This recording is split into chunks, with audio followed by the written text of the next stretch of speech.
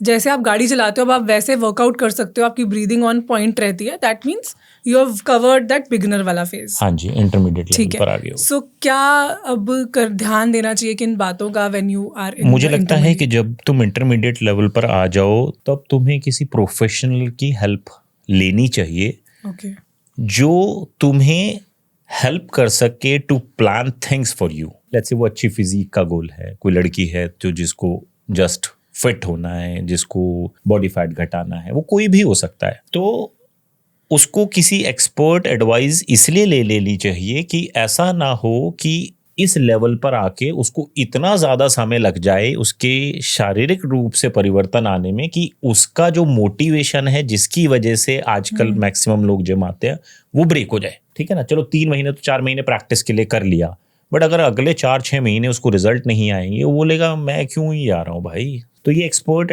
Advice इसीलिए ज़रूरी है क्योंकि आपको अब एक नेक्स्ट लेवल पे जाना है जहाँ पे आपको चीज़ों की और गहराई बारीकियों को समझना पड़ेगा, यानी एक मसल के कितने सेट्स करने हैं, कितने रेपिटेशन होने चाहिए, रेस्ट बिटवीन सेट क्या होता है, कितना प्रोटीन और बढ़ा दूं, कार्ब को कम कर दूं क्या, गुड फैट कितने ऐड करूं, रेस्ट कितना करूं, रिकवरी के लिए क्या बेस्ट तरीके हो सकते हैं। तो आजकल बहुत अच्छे एक्सपर्ट हैं जो तुम्हें तुम्हारे इंटरमीडिएट लेवल के जो डेज हैं उसमें उतना ज़्यादा रिजल्ट दे देते हैं जितना तुम सेल्फ ट्रेनिंग से नहीं कर पाओगे। But you need to choose very careful कि जिस एक्सपर्ट एडवाइस को आप लेके अपने ऊपर इम्प्लीमेंट करने की कोशिश कर रहे हो वो एक्सपर्ट अच्छा हो और उसके और तुम्हारे बीच में जो डिस्कशन है वो कॉन्फिडेंट डिस्कशन होने चाहिए। और 90% प्रॉब्लम क्या आती है जब जिम में लेट्स से मेरी थोड़ी सी फिजिक बन गई है क्योंकि मैं इंटरमीडिएट लेवल पे हूं,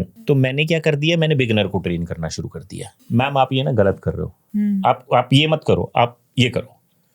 अरे यार hold on, you are on intermediate level, there are expert roaming around, और जो वहां पे जो ट्रेनर्स हैं जो क्वालिफाइड हैं वो कह रहे हैं भाई हम क्यों हैं फिर यहाँ पे। तो हमारे जिम कल्चर में ये बड़ा प्रॉब्लम है कि 4 लोग आते हैं, एक दूसरे से थोड़ा जानता है, तीसरा थोड़े से थोड़ा और जानता है, और चौथा थोड़े से भी थोड़ा और जानता है, तो ये चारों साथ में ट्रेन करने लग जाते हैं। बट मुझे लगता है वो कर सकते हैं, वो उनकी मर्जी है।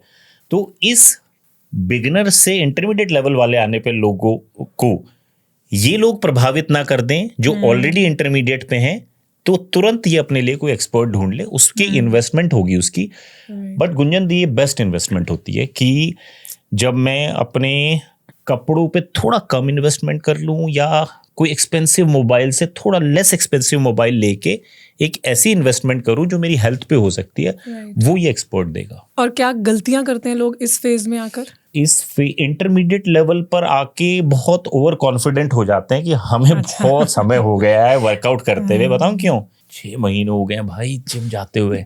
मैं बोलता हूँ जिम 6 महीने भी कोई बहुत बड़ा समय नहीं है, तुम्हें सीखते रहना है। जैसे मैं आज बोल रहा हूँ पॉडकास्ट में, ये मैं तीसरी बार बोल रहा हूँ कि मैं आज भी सीख रहा हूँ। तो हाउ कैन बी ये 6 महीने से जो जिम जा रहा है उतना कॉन्फिडेंट हो गया है कि ये बिगिनर्स को ट्रेन करने लगे, उसको बोले भाई अपने लिए एक्सपर्ट ढूंढो। तो ये गलतियां करते हैं लोग कि ओवर कॉन्फिडेंट हो जाते हैं, और उससे क्या होता है, उससे उनकी प्रोग्रेस घट जाती है, क्योंकि जब आप सीखना बंद कर देते हो तो प्रोग्रेस रुक जाती है। ये एक वो है। राइट, आप सीकर नहीं रहते ना, आपको तब मुझे तो सब आता है। बट अब इसको वीकली पिक्चर्स खींचनी है और ये ध्यान रखना है कि कमर कम हो रही है या नहीं।